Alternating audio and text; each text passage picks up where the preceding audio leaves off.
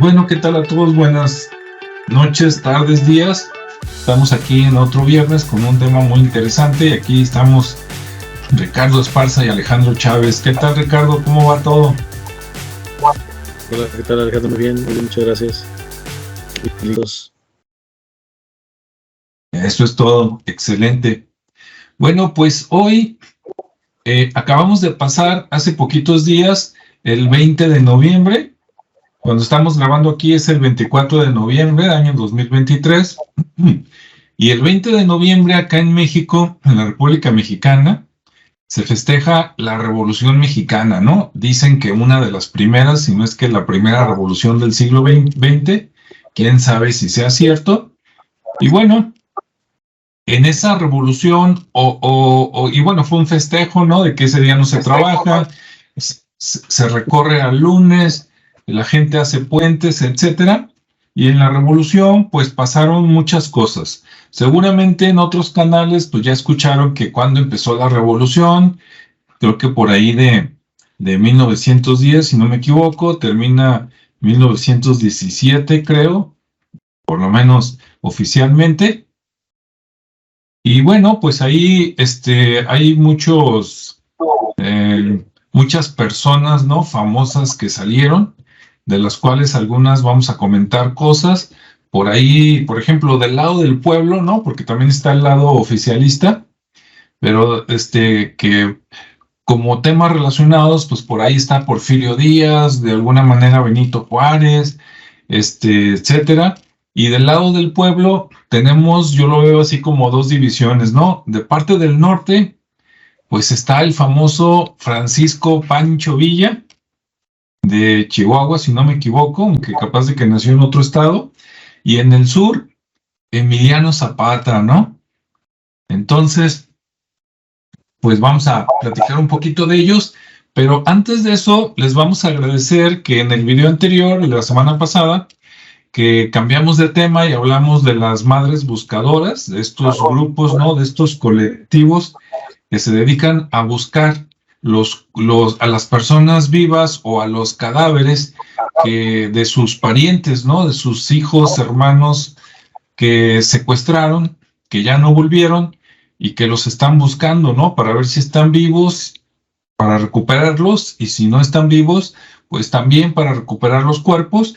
Y pues casi todo lo que teníamos que decir prácticamente lo vimos en el video anterior. Por aquí voy a poner un enlace, si no lo ha visto quien nos escuche.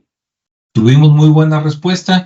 Y después en esta semana se escuchó prácticamente de lunes a viernes que el gobierno del estado de Jalisco, por ahí, sacó un nuevo protocolo para atender supuestamente los nuevos hallazgos, pero los colectivos, a través de la radio, por ejemplo, a través del 104.3 de FM, ahí, UDG TV, Radio UDG, pues se han estado quejando de que el gobierno los invitó a participar con sugerencias para mejorar el protocolo, es decir, el proceso y los procedimientos para hacer las búsquedas, y resulta que nada más les prometió una reunión, no les avisó y les llegó con: estas son las nuevas reglas, estos son los nuevos protocolos, y dentro de esos protocolos pues parece que están hechos para que ya no encuentren personas. Sí, de plano. O sea, en lugar de ayudar, parece que están para: quédate callado, no quiero que encuentres más personas porque me haces ver mal a mí, gobierno del estado y de algunos municipios como Guadalajara y Zapopan, ¿no? Por ejemplo, dicen en el protocolo que cuando alguien les avise, supuestamente por denuncia anónima, de que en tal casa, en tal finca, en tal predio, parece que tienen a alguien secuestrado, o que enterraron a alguien, ¿sí? O que desaparecieron a alguien por otro método. Pues resulta que ahora, en lugar de que vayan, pues tienen que avisar a la autoridad, y esa denuncia anónima pues deja de ser anónima porque hay que reportar quién habló, cuándo habló, casi casi dónde está. No sé si para identificarlo, para echarle la culpa o algo, ¿verdad? Y después tienes que decir dónde es el lugar, y el colmo, ¿a quién crees que vas a encontrar? Y dices, ¿tú crees que alguien sin escarbar va a saber a quién va a escarbar, a quién va a encontrar? Y casi, si no lo reportas así, pues mejor no muevas nada, ¿no? Entonces, parece ser que estuvieran decretando algo para que ya no nos hagan ruido porque vienen los tiempos electorales y que ya no encuentren más cuerpos ni más muertos porque nos hacen ver mal. Eso parece. Entonces, ¿cómo ves, Ricardo? Digo, tanto la buena respuesta que hemos tenido de la gente como estas novedades. Bueno, primeramente, pues muchas gracias, como dices, por la respuesta de la gente, de todas las personas que han estado escuchándonos y viéndonos por el canal. Pues gracias a ellos, de repente encontramos este tema y vimos casualmente lo que aconteció esta semana. Y sí, efectivamente, con este protocolo nuevo, pues yo creo que más que, como bien lo dices, ¿no? Más que apoyar, pues es como una forma de invisibilizar el trabajo que están haciendo todas estas mujeres y aparte, de alguna manera, detenerlo, ¿no? Y todo bajo el supuesto o la supuesta violación a la exhumación, ¿sí? Porque así lo expresaron en algunos medios, ¿no? Es que es una violación a las familias porque están exhumando restos de sus, o sea, cuando primeramente son clandestinos, o sea, no es un cementerio donde están haciendo las excavaciones, es un lugar totalmente clandestino, y entonces pues no hay ninguna violación. La violación, de hecho, existe en el acto de que los están enterrando ahí, ¿no? De que están ocultando esos cuerpos.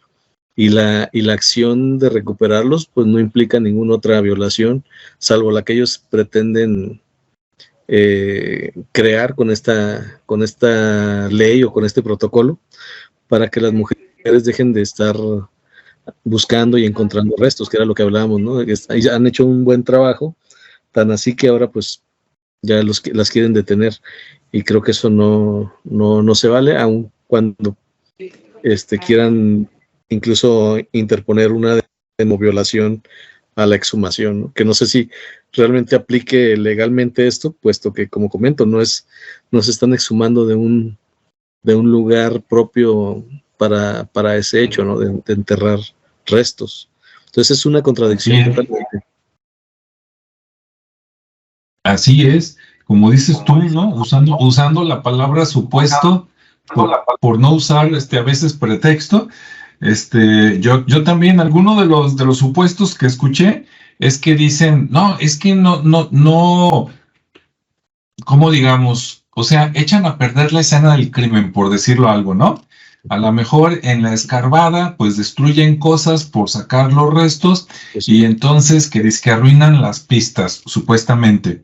Pero dices, oye, si los colectivos son los que están encontrando los cuerpos y la fiscalía, los policías, a quien corresponda, no están encontrando nada y no los dejan, o parece que no quisieran seguirlos dejando encontrar, entonces, ¿qué? Mejor que se queden enterraditos, dices, ¿de qué se trata, no? Y algunos dicen, no, es que no hay gente, no hay suficiente gente para darle batalla a tantos hallazgos, ¿no? Entonces, hallemos menos para entretenernos nada más con lo que sí podemos. Dices, no, hombre, que contraten gente, que no hay dinero. Bueno, pues agarra a los practicantes o a los de servicios sociales de todas las escuelas de medicina del estado, más los que están estudiando criminología, más carreras relacionadas, y vas a ver si no juntas un buen de gente que les digas, órale, el que ayude 4 meses, 6 meses a las madres buscadoras, ya se le libera su servicio social, a ver si no salen cientos, si no es que a lo mejor hasta miles de personas que serían mano de obra, ¿no? Pero bueno, sí, aparte muy interesados adelante. en ayudar, ¿no? Porque también van a tener ese beneficio. Así es.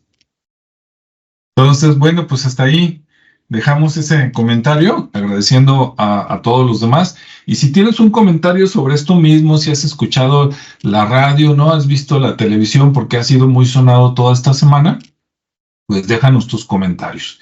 Y bueno, aprovechando también, antes de que se me olvide, esto lo iba a decir al final, pero luego se me olvida, Mañana comienza la FIL Guadalajara, ¿no? La Feria Internacional del Libro de Guadalajara, que ahora en este año tiene de invitado a la Unión Europea, entonces vienen en bola de varios países europeos para dar pláticas, charlas y todo eso. Entonces va a estar interesante, comienza mañana y se acaba dentro de 9 días. Entonces, pues ahí el que quiera y pueda ir, pues adelante, ¿no? Nosotros trataremos de darnos una vueltecita y ya sea de manera directa o indirecta, les platicaremos a lo mejor algunas novedades que se presenten por ahí. Muy bien. Bien. Entonces, bueno, vamos a pasar a lo de la revolución, si te parece, Ricardo. Sí, claro. La parte oficial, yo me la voy a brincar, pero si Ricardo tiene algo, pues adelante. Y entonces, ¿por quién te gustaría empezar a platicar? ¿Pancho Villa, Emiliano Zapata o alguna otra persona, Ricardo? Pues mira, lo que pasa es que cada personaje tiene algo particular, Sí. ¿no? Incluso el que más había escuchado de todo esto era Benito Juárez, por su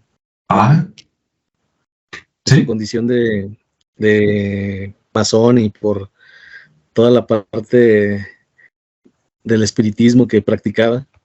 Entonces, igual, Sí. por donde tú quieras, digo, todos tienen algo, pues algún detalle en particular. Eso sí. Fíjate, yo digo, esto que voy a decir es pura suposición, ¿no? A lo mejor no tiene nada de validez, pero ahorita que mencionaste a Benito Juárez, ya ves que acá en México nos lo presentan en la historia o nos lo presentaban cuando estábamos chicos, como casi, no, pues este es el indito de Oaxaca, si no me equivoco, que con esfuerzo y lucha, pues llegó hasta presidente de la República, ¿no? Y pues uno se la cree, pero ya después, como dices tú, cuando se entera uno de que fue masón, no sé si grado 33 o por ahí cerca y todo, de repente digo, ¿no será como el caso de Obama, que a todo el mundo le dieron así como a tole por el dedo porque hay un descendiente de un afroamericano? Y luego ya te empiezas a enterar y resulta que no sé si es pariente de los Clinton o de los Bush, así como de segunda, tercera generación, y dices, no, pues nomás, no, cuál pobre ni qué nada, ¿no? Pero bueno, no Sí, sé ahí exacto. si tengas algún comentario. No, pues igual, digo, de repente todos tienen una relación y ya sabes que el tema de la presidencia siempre es una sucesión ya programada, ya establecida, y pues ya el tema del show de las elecciones pues es otro, ¿no? Pero ya el que sigue ya saben siempre quién es el que va a quedar y que da continuidad pues a todo lo que ya traen, a todos los planes ahí internos. Así es. Pues bueno, está bien. Por acá estaba viendo aquí el monitor rápidamente. Tenemos conectado a Extraterroroso. Entonces, un saludo. Que por cierto, ahí nos estaba poniendo un mensaje, dice no se escucha, sigue el audio con problemas y luego dice ya se escucha bien. Entonces, a lo mejor era problema local, ¿verdad? Porque acá no modificamos nada o se compuso la señal de internet. Muy bien. Ok. Pues entonces, ¿cómo ves, Ricardo? Agarras un personaje y sacamos alguna, evento curioso, o saco uno, ¿cómo ves? Pues sí, si quieres, déjame platicarles alguno aquí de los que me encontré, que Sí. son entre curioso y no, porque al final son como esos mitos, ¿no? Ujú. Y pues, por ejemplo, en el caso de Madero, o sea, Francisco y Madero, que también es otro de los que fueron parte de este movimiento revolucionario y político, y Ujú. que, bueno, terminó convirtiéndose en pues una figura ahí importante, ¿no? Entonces, con él cuentan, pues que hay digamos que según esto se comunicaba con los muertos, ¿no? Que muchas de las cosas que él llegó a escribir y que existen todavía escritas ahí, incluyendo, por ejemplo, el plan ¿cómo se llama? El plan de San Luis, Ujú. fue escrito por estas entidades que, o esos espíritus que él escuchaba. Entonces hay más escritos por ahí que incluso se los mandaba Porfirio Díaz, y entonces se los llegó incluso a revelar y le dijo, mira, pues esto es lo que me dictan las voces, ¿no? A ver si no nos escuchamos hoy como el programa de Drunk History, aunque no vamos a andar tomando, pero a ver unas historias medias extrañas. Entonces, sí, pues, bueno, no, pues adelante. Esos de Drunk History, en algunos capítulos dan pena, los que relatan, pero bueno, platican cosas interesantes. Pues es que ya le empiezan a poner la cosecha, entonces ya es una mezcla es como el género de realismo mágico. Entonces hoy va a estar así, va a parecerse un poquito a ese realismo mágico, pero bueno, es lo que se cuenta, ¿no? Al final de cuentas son como una especie de mitos. Pero la idea o lo que se cuenta, pues es eso, que Francisco I. Madero tenía mucho contacto con sesiones espiritistas, que también por ahí de alguna manera con Benito Juárez también se dieron ese tipo de sesiones, y pues él tenía contacto con estos espíritus y le dictaban o lo aconsejaban, ¿no? En algunos casos, para que él hiciera alguna situación, o incluso, como les comentaba, para la creación del Plan de San Luis. Entonces sí, ahí, pues bueno, le dictaron ese plan, él se lo presenta a Porfirio Díaz, y bueno, dijeron, pues va, se ve bien, vamos a hacerlo legal, ¿no? Y lo publicaron. Entonces, hay actualmente más de 300 cartas con este tipo de escritura, que de alguna manera, digamos que, ya ves que hay una situación o una condición donde por medio de la escritura, una persona que es como un medium o un vidente o algo así, empieza a escribir. Pues haz de cuenta que Francisco I. Madero era ese personaje que actuaba como canal, como medio, para escribir esas cartas, y mucha gente que lo llegó a ver en esa situación, porque pues entraba en un trance, le llamaban el loco que habla con los muertos, porque en algún momento como que lo vieron muy en esa pose de trance. Me imagino que la gente que estaba alrededor de él y se asustó, y desde ahí empezó el rumor y lo llamaron así, ¿no? El loco que habla con los muertos, porque muchas de las cartas pues ahí estaban como hechos, y aún las conservan, pero algunos pertenecen a bibliotecas o privadas, y otras pues a la familia, ¿no? Todavía no se ve ninguna por ahí en algún museo. Estaría interesante que sacaran una exposición en un museo, sí, ¿no? Les vamos a dar una idea para allá, para la Ciudad de México, para que tengan un museo más, y si no, pues ¿por qué no? A lo mejor hasta acá en Jalisco, si hubiera un museo de los presidentes, sus familiares en la historia, ¿no? De México y del mundo, y su relación con espiritistas, videntes, chamanes, etcétera, saldrían, como dices tú, unos personajes insospechados, interesantísimos, ¿no? Sí, y al final de cuentas, pues le quitas todo esa pose, ¿no?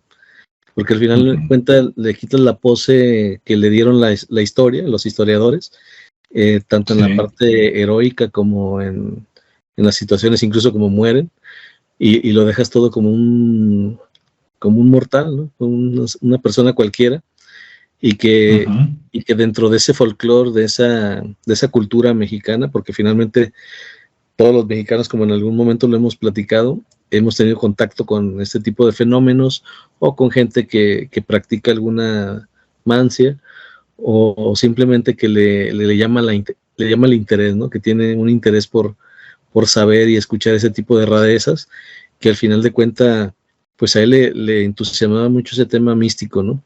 Y tan así que generaban esas sesiones, pues obviamente en las casonas a deshoras, pero pues en petit comité se armaban las sesiones espiritistas, y pues ahí se descubrían muchas cosas que iban a suceder, y bueno, al final de cuentas muchas de las ideas que tuvo Francisco I. Madero pues fueron ideas de esos espíritus, que es lo que se menciona, ¿no? Entonces, pues digamos que ya en la última, cuando es asesinado y todo eso, pues ahí les fallaron, ¿no? Pero por todo lo demás, pues anduvo actuando, fue relevante y pues ahí tan conocido como lo tenemos en la historia, ¿no? Pero con esa,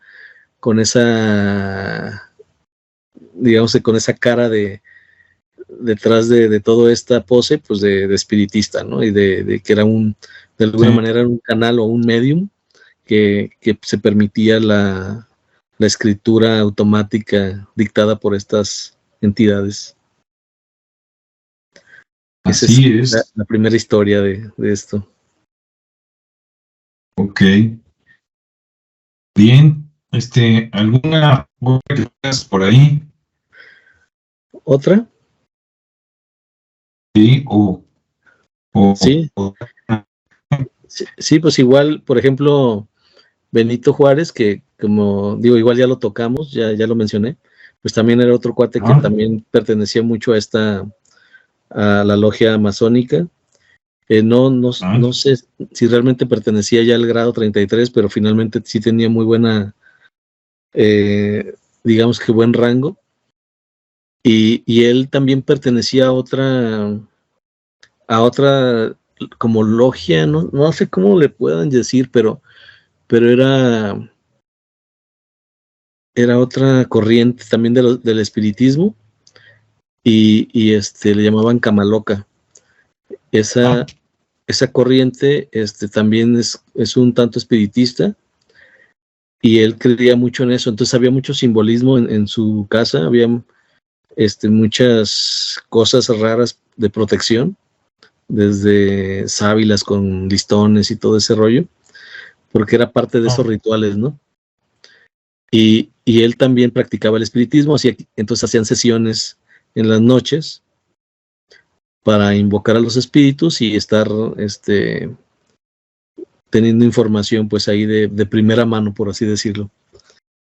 Y bueno, se armaban esas tertulias donde se invocaban a los espíritus y bueno, pues Benito Juárez era como, de alguna manera, también le llamaban como una especie de brujo, ¿no? Porque también, como tenía mucha información referente a lo que le decían, pues también la llegaba a utilizar y bueno, se benefició mucho tiempo durante su vida política de esa información, la puso en práctica, pero también, te digo, ahí luego no me checan los finales de cómo mueren y si tenían ese tipo de información, ¿por qué no lo evitaron o por qué no fue diferente, ¿no? Pero bueno, es parte como del destino también, que ya les tocaba vivir.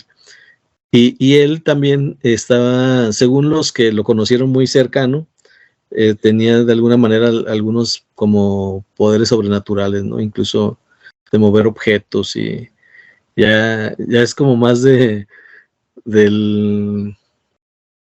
¿cómo te diré? Como de la invención del querer que haga más cosas, ¿no? Pero era todo ese momento en que él tenía un compromiso muy fuerte con los masones, también con esta otra, digamos que comunidad espiritista, y pues de alguna manera ya tenía ciertos dones ahí evolucionados o poderes que aplicaba tanto como un medium, como para poder incluso hacer algunos movimientos ahí de objetos, ¿no? No me imagino cuál, pero a lo mejor algún vaso, alguna botella, algo así, algún lápiz.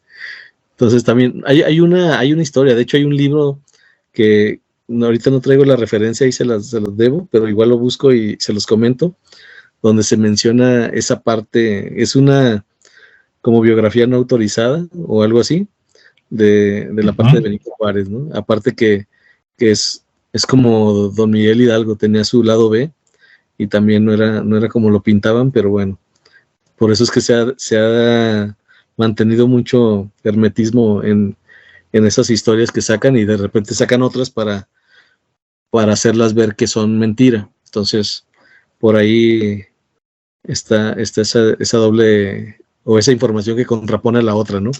Pero hay un libro y se los voy a buscar para que también quien esté interesado lo busque y lo lea y tiene más detalles. Pues ahorita yo nada más estoy comentando lo que se dijo de manera más conocida y así general de lo que se sabe de de Benito Juárez, ¿no? Como masón y como espiritista. Muy bien, muy interesante.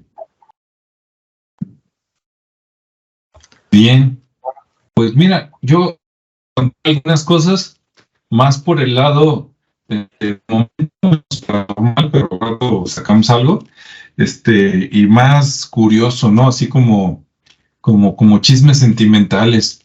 Por ejemplo, por el lado de Francisco Villa, ¿no? El famoso Pancho Villa, que todavía uno cualquiera, no cualquiera, pero hay muchos, están las copias, ¿no? De Se Busca, o las fotos de ya sea Pancho Villa con sus famosos dorados, ¿no? Que era como su ejército, o cuando llega a la toma de algún pueblo, algún municipio, o hasta con sus parejas, ¿no? Parejas, porque estuve investigando que él de hecho tuvo varias parejas y también varias esposas. No tanto como Gengis Khan, pero no cantaba mal las rancheras, ¿no? Bueno, Gengis Khan, más bien él llegaba y no dejaba una pa' comadre, ¿no? Pero de que se casara, pues creo que sí tenía su esposa principal y a lo mejor unas 3, 4, digamos, como segundas, como concubinas, pero nada más, ¿no? Pero en las demás, pues sí, llegaba él con sus, ya iba a decir con los dorados, pero llegaba Gengis Khan con sus hordas, con los hunos, creo. No, ese era Tila. Pero bueno, llegaba con su ejército y pues a matar a los hombres y aprovecharse de las mujeres, ¿no? Y pues dicen que por casi él pobló una buena parte de China, ¿no? Y creo que el 20% de todos los chinos son descendientes de él. Y bueno, acá Pancho Villa no tuvo tantas, pero también lo mataron, ¿no? Lo hubieran dejado un poquito más vivo y quién sabe, ¿no? Y bueno, acá, investigué que Pancho Villa se casó 75 veces. Imagínense, 75 veces casado. O sea, a le decían, no me caso sin velo, y como el chiste, y decía, pues órale, ¿no? Si se trata de echar una firma o de ir al templo, pues él se casó 75 veces. Pero dice que oficiales se le conocieron 23 esposas. O sea que las otras 50 y tantas, a lo mejor nada más se rejuntaban, tenían hijos, sabían que era pareja, pero no estaban casados, ¿no? Bueno, de esas 23 esposas que sí se casaron con él, y vienen los nombres, ¿no? Buscando, hay una de ellas que es la que se reconoce como la primera, ¿no? Como todos lados. Y curiosamente, podríamos pensar que fue la primera esposa, de seguro, o la segunda, ¿no? Si es que se murió la primera, pero resulta que no. Resulta que la que se considera la que es más legítima es la esposa número 7. Así, ¿no? Número cabalístico. Y dices, ¿por qué 7? ¿Por qué el número 7? ¿Y quién ganó? Bueno, para eso, a Pancho Villa, su nombre real era José Doroteo Arango, ¿no? Supongo que era Arango Villa, porque si no, ¿de dónde sale Pancho Villa, no? Entonces, José Doroteo Arango, supuestamente Villa, y el nombre de su esposa más oficial es, déjame ver, creo que es Luz Corral, nada más déjame verificar lo de Luz, Luz, así como la luz, y corral de corral, ¿no? Ahí donde se tienen los animales. De hecho, ella era hija de unos españoles o descendiente de españoles. Se considera la esposa más legítima porque fue con la única que se casó tanto por el civil como por la iglesia. A las otras no, a las otras o se casaba por el civil o se casaba por la iglesia. Pero esta chica era la única que se casó por ahí por las dos leyes, ¿no? Entonces, por eso se le considera la más oficial. A ella la conoció cuando ella tenía 17 años, en 1911, en 1900, unos meses, un año, se casó, le cumplió con los dos y sí tuvo por ahí, creo que por lo menos 2 hijos con ella. Se dice que con todas las esposas que tenía, por lo menos se le conocieron 26 hijos. Entonces, tal, ¿eh? Eso que andaba de guerrillero, ¿no? Eso que andaba de general. Imagínate usted, donde en lugar de andar de caudillo de los principales de la Revolución Mexicana, hubieran dado en época de paz nada más de andariego, pues yo creo que podría duplicar esta cifra, ¿no? Entonces, bueno, ese es un detalle más que se me hace interesante. ¿Cómo ves, Ricardo? No, pues sí está bastante interesante y bastante prolífico en el tema de los hijos, ¿no? Y de las mujeres. Sí, sí, era bravo. Sí, pues bueno, lo bueno es que lo permitía.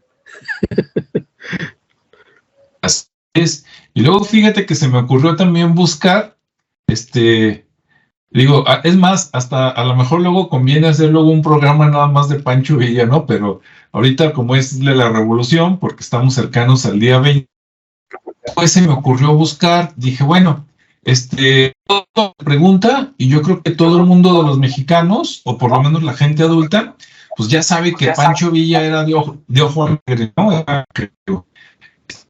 Era muy listo para cuestiones administrativas y del ejército, porque dicen que es el único que se brincó, o sea, que se pasó a Estados Unidos, les ganó una batalla y luego se regresó, ¿no? Entonces tiene como ese mérito, su tierra y luego se regresó para acá. Y no lo agarraron, ¿no? Lo agarraron hasta que ya se había acabado la revolución gracias a una traición. Ya no había guerra, él andaba en su coche con unos amigos y lo balacearon, creo que no sé si le dejaron ir 20 o 60 balas, no, pues así quien, pero fue una traición, ¿no? Si no hubiera sido por esa traición, y precisamente la traición era por miedo a que se volviera a levantar en armas cuando viera que la política, pues fue una tomadura de pelo, ¿no? Y que no se iban a arreglar todo. Entonces, mejor lo mataron porque le tenían miedo. Pero después se me ocurrió buscar, ¿sí? Y después dije, bueno, ¿y Emiliano Zapata qué? ¿No? Él como es del sur, se le conocen, o por lo menos yo menos cosas. Y dije, por cierto, antes de meterme a Emiliano Zapata, ya no tuve tiempo de buscar el documento o la página de internet, pero cuando matan a Pancho Villa, y esposas se enteran, ¿no? Pues obviamente que lo mataron. Después pidieron como ¿cómo se dice? O sea, le pidieron dinero al gobierno de manutención, como una pensión, vamos a decirlo así, y a todas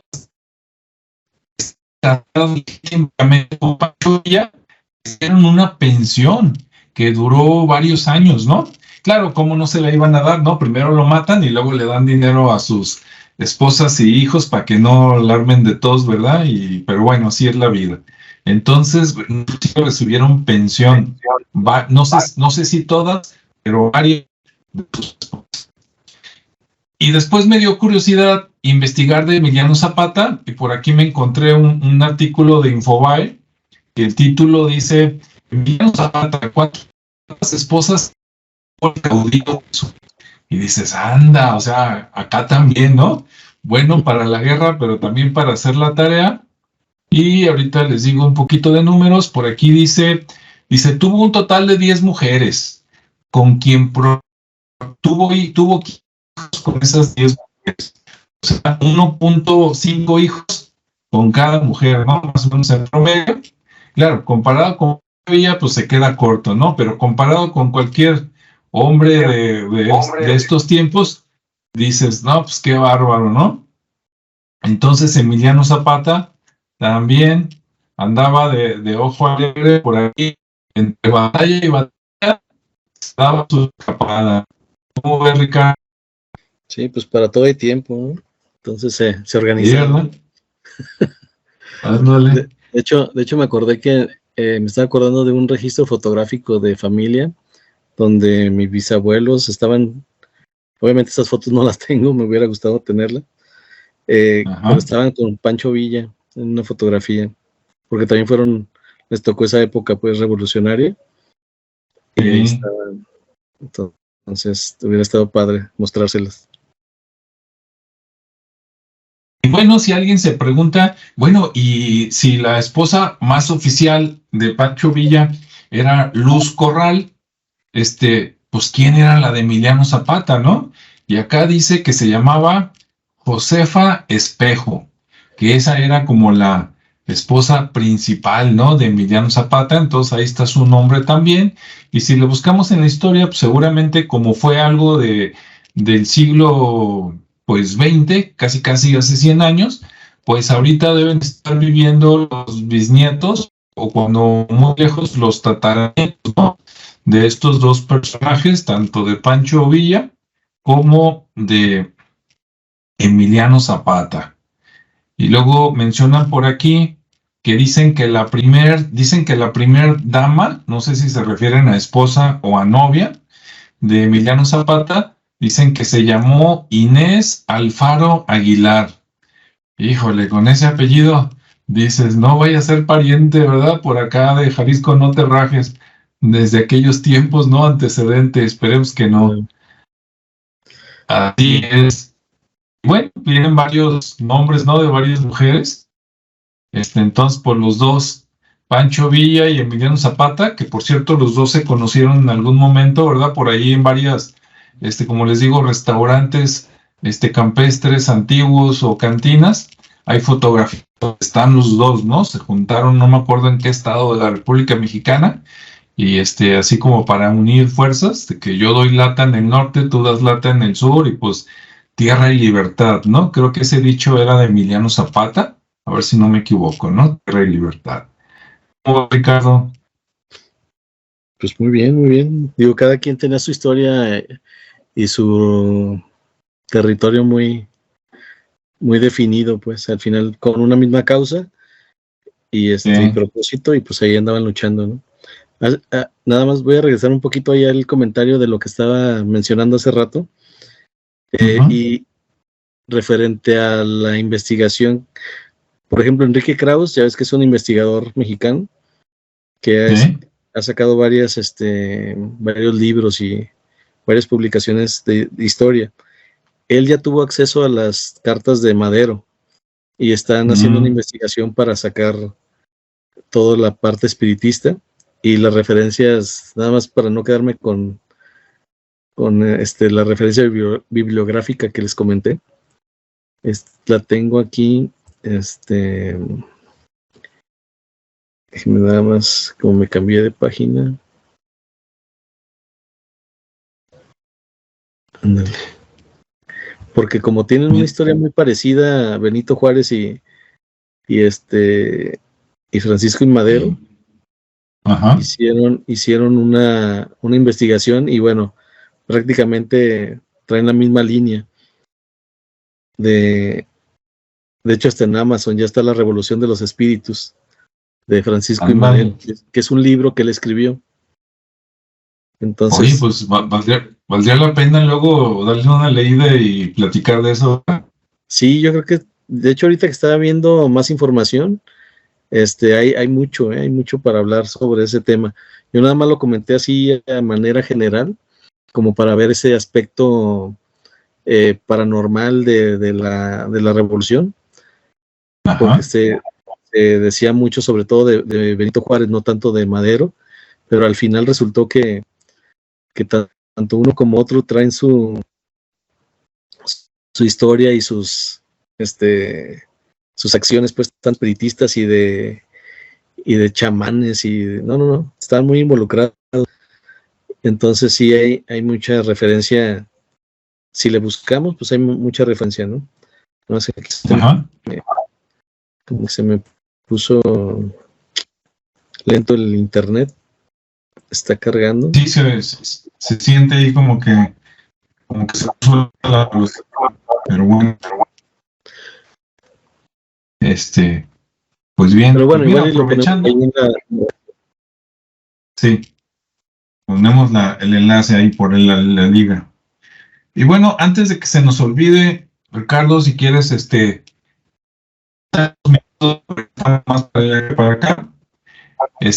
Recordarte, ya ves que dijimos en la semana que íbamos a comentar que, por ejemplo, en la época de la Revolución, bueno, en muchos momentos, ¿no? De la historia de México, desde que llegaron los españoles hasta hace, pues, como unos años para atrás, durante varias etapas hubo guerra, hubieron movimientos, y cada que había esos movimientos, el último más grande fue precisamente la Revolución Mexicana, y después la guerra, entre comillas, porque si investigamos resulta que no fue en toda la República Mexicana, pero sí en varios estados, la famosa Guerra Cristera, ¿no? Que después hablaremos también de esa en detalle, pero la Guerra Cristera creo que fue por ahí en los años 20 y 30, ¿no? 1920, 1930 y tantos, como 4 años, algo así. Y esa digamos, el último momento donde se cuenta que mucha gente que tenía dinero por el miedo a que no se lo robaran, lo emparedaban, es decir, lo metía debajo del enjarre, ¿no? Entre las paredes. Recordemos que en siglos anteriores eran anchos, ¿no? Los muros eran, es más, cabía una persona ahí de perfil, sobre todo en los pueblos. Entonces muchos guardaban ahí dinero, otros hacían pozos, agujeros, y ahí guardaban el dinero, otros túneles, ¿no? Ya sea para escapar con el dinero o porque también en el túnel por ahí escondían dinero. Entonces hay muchas leyendas en todos lados de que en esta cueva, en este lado, escondían dinero, e incluso hay personas que estuvieron a punto de encontrar uno de esos tesoros, ¿no? Yo le platicaba a Ricardo por ahí que el abuelo de mi esposa, que ya falleció, el nombre era, como ya no hay problema, ¿no? ¿Qué era? Era Hugo Tejeda, si no, no, Ferrer, pues ya se me olvidó, pero bueno, era don Wilfrid, ¿no? Para los cuates, Wilfrido. Y resulta que el señor tenía unas tierras donde, cuando él estaba joven, él fue de todo, ¿no? Arriero, etcétera. Y se dio la oportunidad, en aquellos tiempos era más fácil comprar propiedades, se hizo de tierras y cuando ya estaba y él ya no iba a plantar, rentaba las tierras para que otras personas sembraran, cosecharan, y después le pagaban como la renta por el uso de la tierra, y los otros iban y vendían sus maíz. En uno de esos, había un árbol, y algunas personas decían que enterraban también tesoros cerca de un árbol, ¿no? Para ubicarlo rápidamente. Y acá varios les decían, no, pues escarben el árbol. Incluso una vez le dijo, ¿sabe qué? Un pariente, amigo, vecino, le dijo, soñé que a un lado del árbol había dinero, había monedas, ¿no? Y antes las monedas pues eran de plata, ¿no? O eran de oro. Y entonces pues siempre quedaba nada más en pura plática y no escarbaba nada.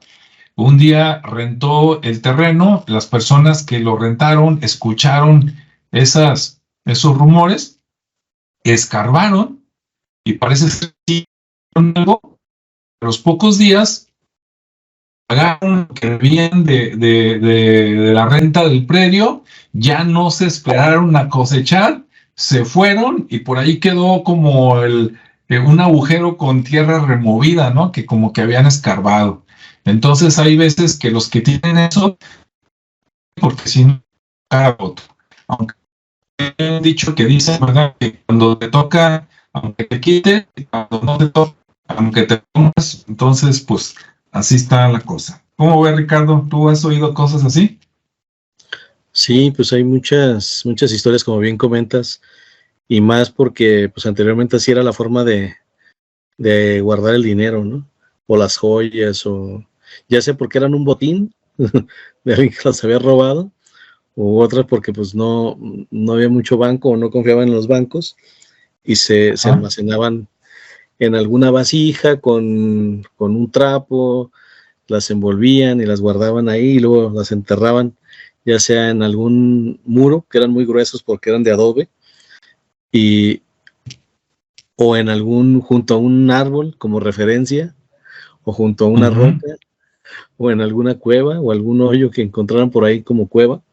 Entonces hay un sinfín de historias que he sabido de ese tipo por cuestiones de que por acá por la región, rumbo a Tequila, por ejemplo, para no mencionar lugares específicos y luego vayan a ir a hacer excavación. Sí, a escarbar. Porque se dice que todavía esa zona tiene mucho de eso, ¿no? Pero ahí en un pueblo cercano, pues se dieron muchos casos, ¿no? Donde de repente gente que llegaba, rentaba una casa y la rentaban ya con ese plan de ver qué había, ¿no? Entonces la dejaban toda hecha como queso gruyere, toda llena de hoyos, hasta que muchas veces sí encontraban, otras no, y pues tenían que reparar todos los daños que hicieron.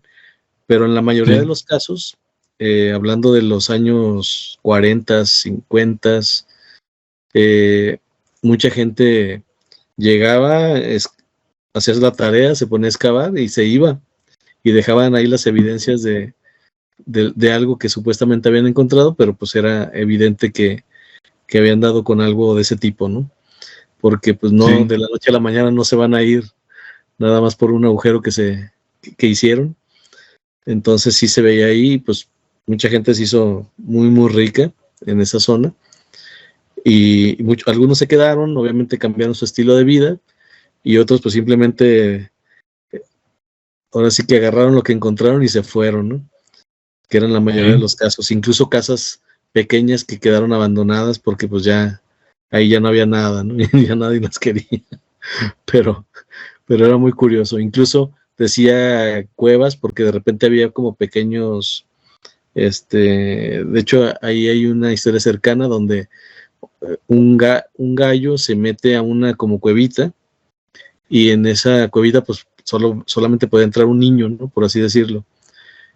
Y entró ese niño, pues siguió al gallo hasta donde llegó, y ya más adentro estaba un poco más amplia, se pudo parar, agarró al gallo y vio que había unos costalitos, ¿no? Y esos costalitos pues nomás los vio porque no agarró ni uno, y ya se sale con el gallo, le dice a su papá que vio eso, y pues no le cree. Dice, no, y ya presta el gallo que no se te vuelva a perder.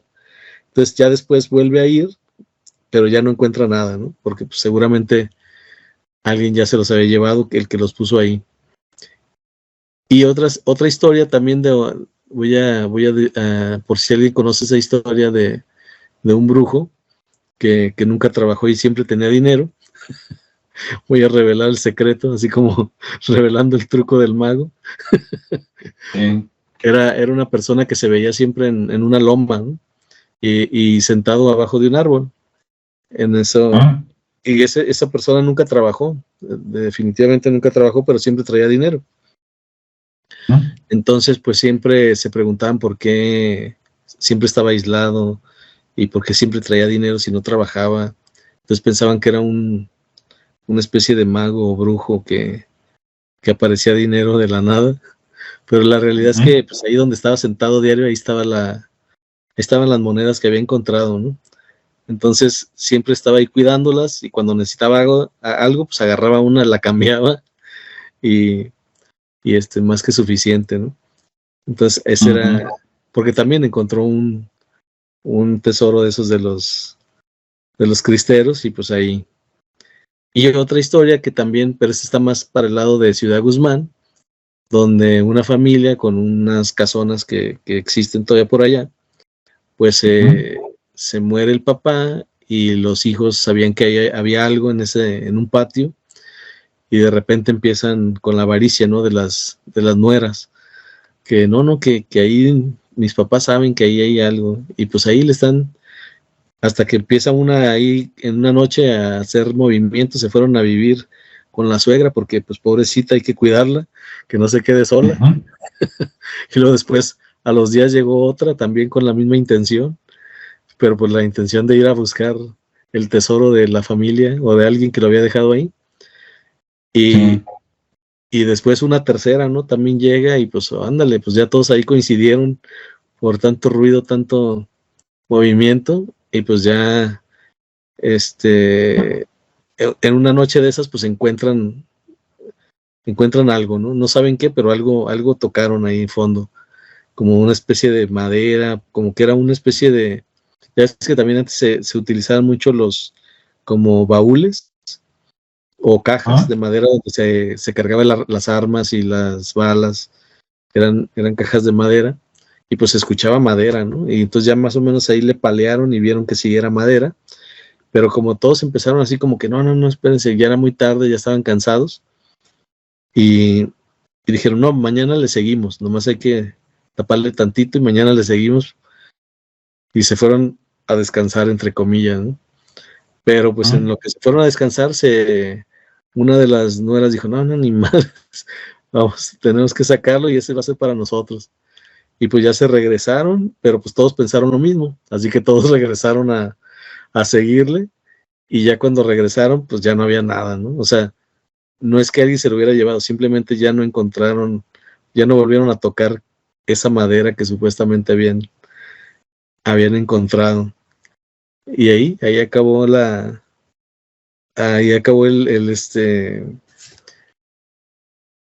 búsqueda, pues, porque también se dice que cuando se genera esa especie de avaricia, pues ya desaparece, ¿no? Que se vuelve polvo lo que venía o etcétera.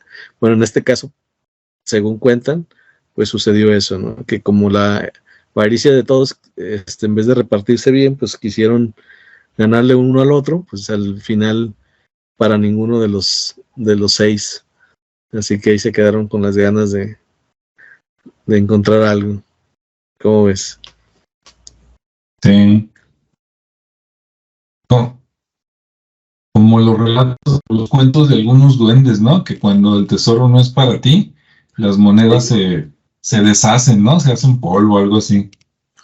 sí, sí, sí, y ese es, como te digo, es como parte de la mitología, ¿no? Del mito de los tesoros que no se encuentran y que se convierten en polvo, o ya no hay nada por ese pensamiento ahí de avaricia, o de que porque no te Así tocaba. es. Exactamente. Pues sí, pues, si los que nos están escuchando se saben alguna leyenda o ya habían escuchado alguna que platicó Ricardo, o algunos detalles de los que platiqué yo, se pueden dejar los comentarios para ver qué opinan. Si se saben otra, pues adelante, ¿no? Muchas pues, de estas leyendas precisamente son o a partir de la Revolución Mexicana o de los cristeros, sobre todo en el caso acá del estado de Jalisco, ¿no? Y del occidente del país. Muchos son o de los cristeros o de la revolución o de finales de la época de colonia, ¿no? Digo, también hay más viejos, pero eh, entre lo que fue los años previos a la independencia, la revolución y los cristeros, acá es donde hubo más, pues más guerra, ¿no? Más persecución, más que se robaban a las chicas, a la gente, balazos, cosas de esas, ¿no? Así como, así como ahora por el narcotráfico y otras cosas, pero en aquel tiempo, por otras razones. Ah, por cierto, a muchos de los que escuchan esta leyenda, te estoy diciendo, mi papá sabe la leyenda de no sé quién y que vámonos en la noche, no se vayan a meter a terrenos que no son suyos, porque los pueden denunciar, meter a la cárcel, echarles un balazo. Y recuerden que desgraciadamente desde hace muchos años para acá, hay muchos predios que han sido expropiados o robados, que debería ser la palabra adecuada, ¿verdad? Robados por delincuentes, por narcotráfico a la gente, ¿no? De que me gusta tu parcela, te doy tanto, ¿no? Pues o tomas esto y te vas mañana o ya no amaneces, ¿no?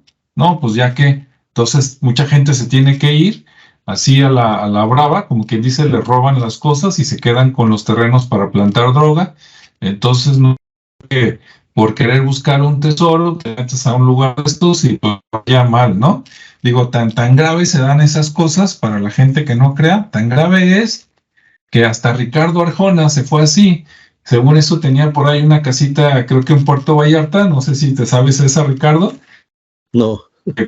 Dicen que le llegó un señor de la droga, ya de altos niveles, y que le dijo, pues me gusta tu casa, y pues no tuvo otra más que, pues ahí nos vemos. No sé si le dieron algo y agarró y se fugó, o de plano hacia la malagueña, pero es uno de los relatos por ahí que escucha la gente. Órale. Pues sí, a tener Sí, cuidado. sí. Entonces, pues no sé, Ricardo, alguna última o algo así como para despedir, un consejo, máxima, etcétera. No, pues eso de la gente que le gusta andar explorando y buscando tesoros, que tengan mucho cuidado. Digo, sí existen, sí están ahí. Hay, ya si les toca, les va a tocar. Entonces, también ¿cómo se dice? No se enajenen mucho en tratar de encontrarlo.